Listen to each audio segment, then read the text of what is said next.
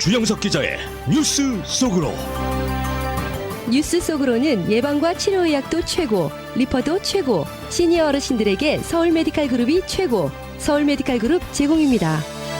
수년째 계속 오르고 있는 미국의 주택 가격이 내년에도 오를지 관심인데 계속 오를 것이라는 예측과 이제는 떨어질 것이다라는 예측이 엇갈리고 있습니다.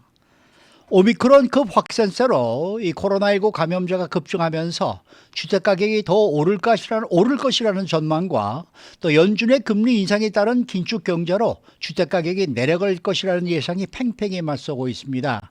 그러나 여러 가지 변수가 많아 예측하기가 어려운 상황입니다. 영국에서는 중환자실 코로나19 입원자들 중에 90% 정도가 백신 미접종자로 나타나 백신을 접종하면 중증으로 가는 것을 피할 수 있다는 분석에 힘이 실리고 있습니다. 최우석 기자. 안녕하십니까. 우선 미국에서는 주택 가격을 놓고 논쟁이 한창이죠. 그렇죠. 이 주택 가격이 좀 떨어질 것 같다 하면서 오히려 떨어지기는커녕 계속 오르니까 네. 참 궁금한 상황인데 이 지난 수년간 주택 가격이 이제 폭등세를 보였고요. 특히 지난해와 올해 2년간 코로나19 팬데믹 기간이었는데도 불구하고 주택 가격은 뭐 전혀 기세가 꺾이지 않고 계속 이 상승세를 이어갔습니다. 네. 그래서 코로나19 바이러스조차 못 이기는 게 주택 가격이다라는 얘기가 나올 정도였는데요. 네.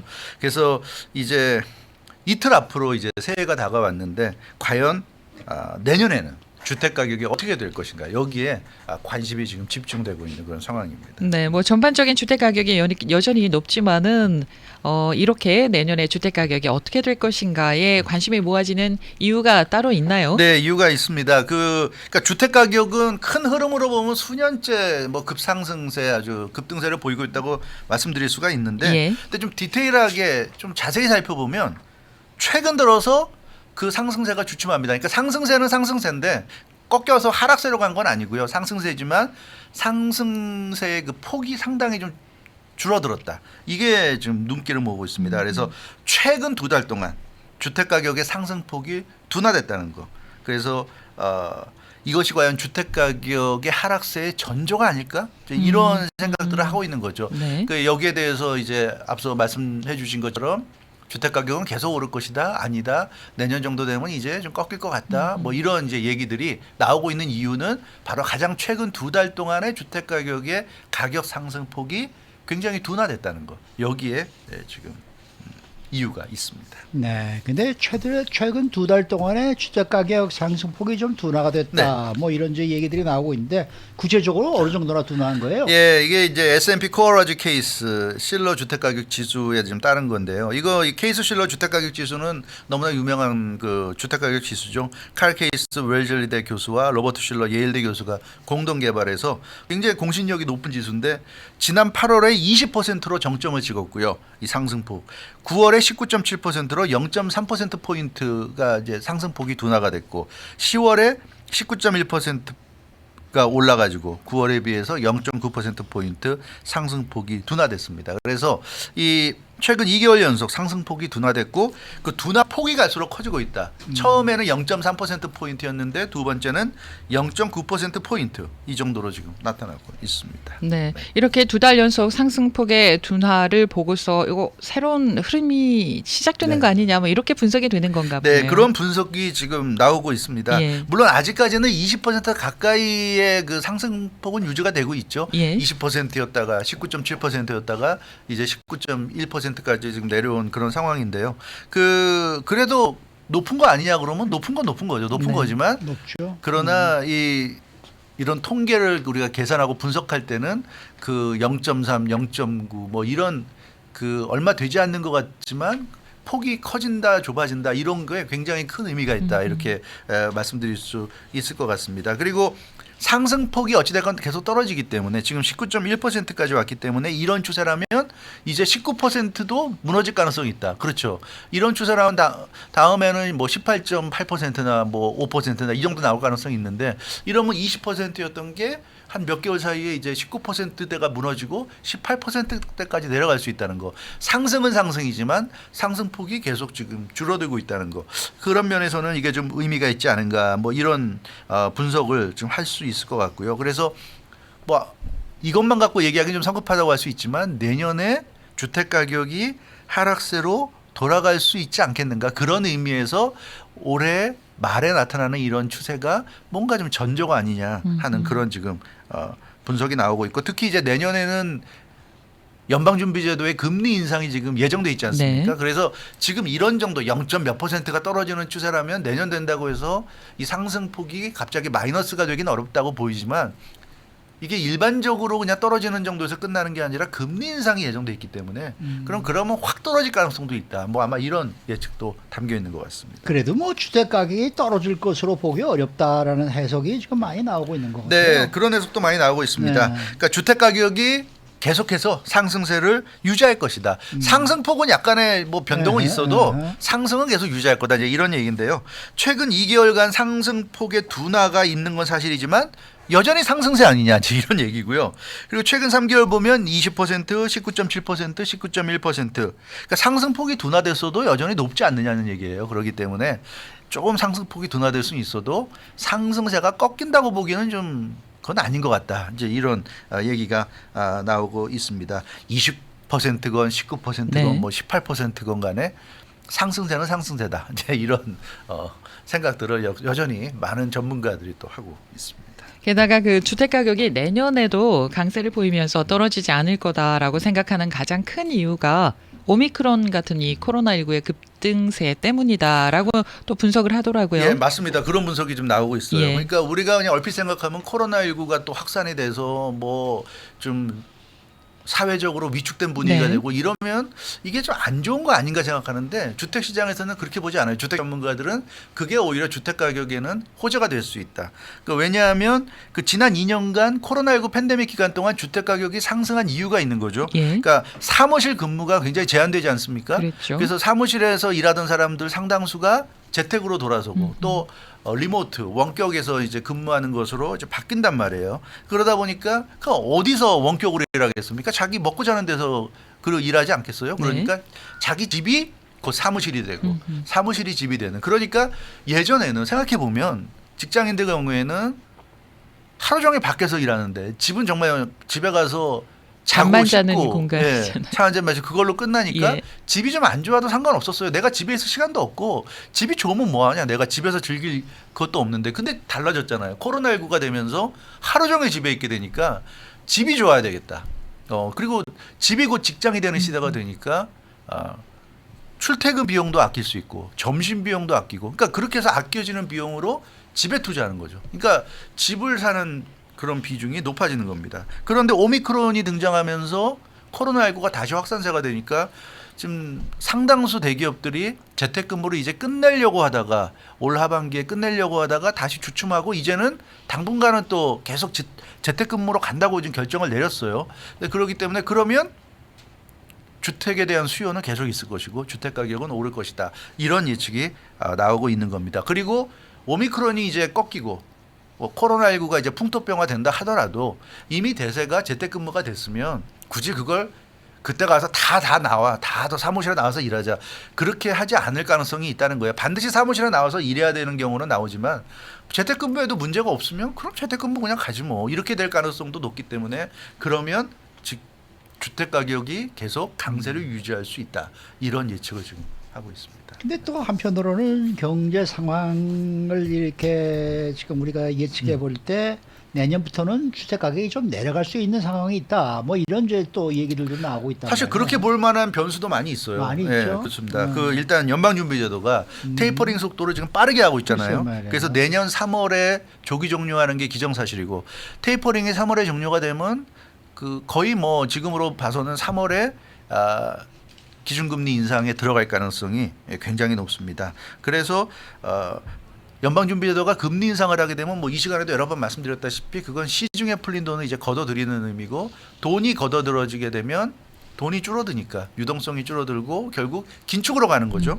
긴축으로 가니까 경제활동 전반이 위축될 수밖에 없다. 위축될 수밖에 없고 그러면 주택 가격도 하락세가 불가피하다. 이제 이런 얘기입니다. 이것도 상당히 일리 있는 분석이에요. 그리고 특히나 금리가 인상이 되면 모기지 금리도 모기지 이자율도 오르지 않겠습니까? 오르죠. 네. 네. 그러니까 지금은 굉장히 싼 이자율에 주택을 구입할 수 있기 때문에 뭐 2점 몇 % 이러잖아요 지금. 그러니까 이거는 이럴 때 집을 사야지 이런 생각을 했는데 이제 다시 또 예전처럼 뭐 3점 몇 %, 4점 몇 % 이렇게 오르게 된다면 부담되잖아요. 그만큼. 그러니 그만큼 이제 예전 같으면 주택을 살 만한 사람도 다시 한번 생각하게 되고 이제 그러다 보면 주택 가격이 내려갈 수 있다.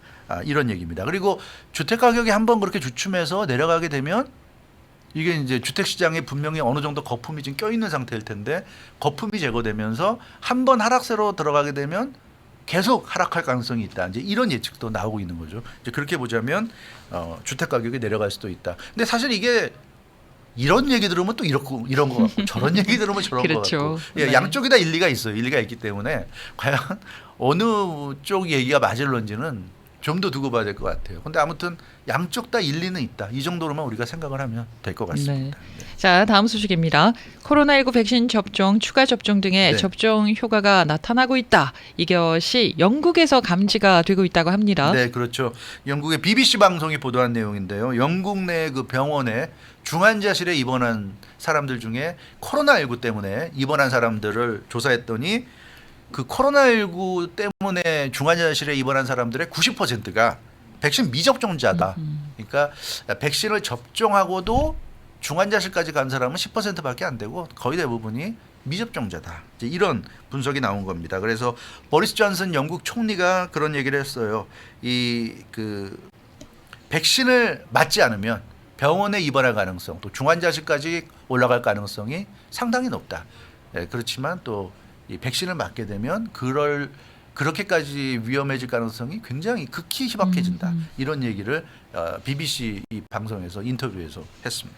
그러니까 이런 효과는 우리가 바라던 거였고 그렇죠. 그것이 이제 사실로 드러나면서 이거 상당히 좀 고무적인 네. 현상 아니겠습니까? 맞습니다. 고무적인 현상이죠. 그래서 코로나19 백신 접종이 정말 우리가 기대하는 정도의 지금 효과를 내고 있다. 그렇게 BBC 방송도 이 보도를 하면서 그렇게 얘기하고 있어요.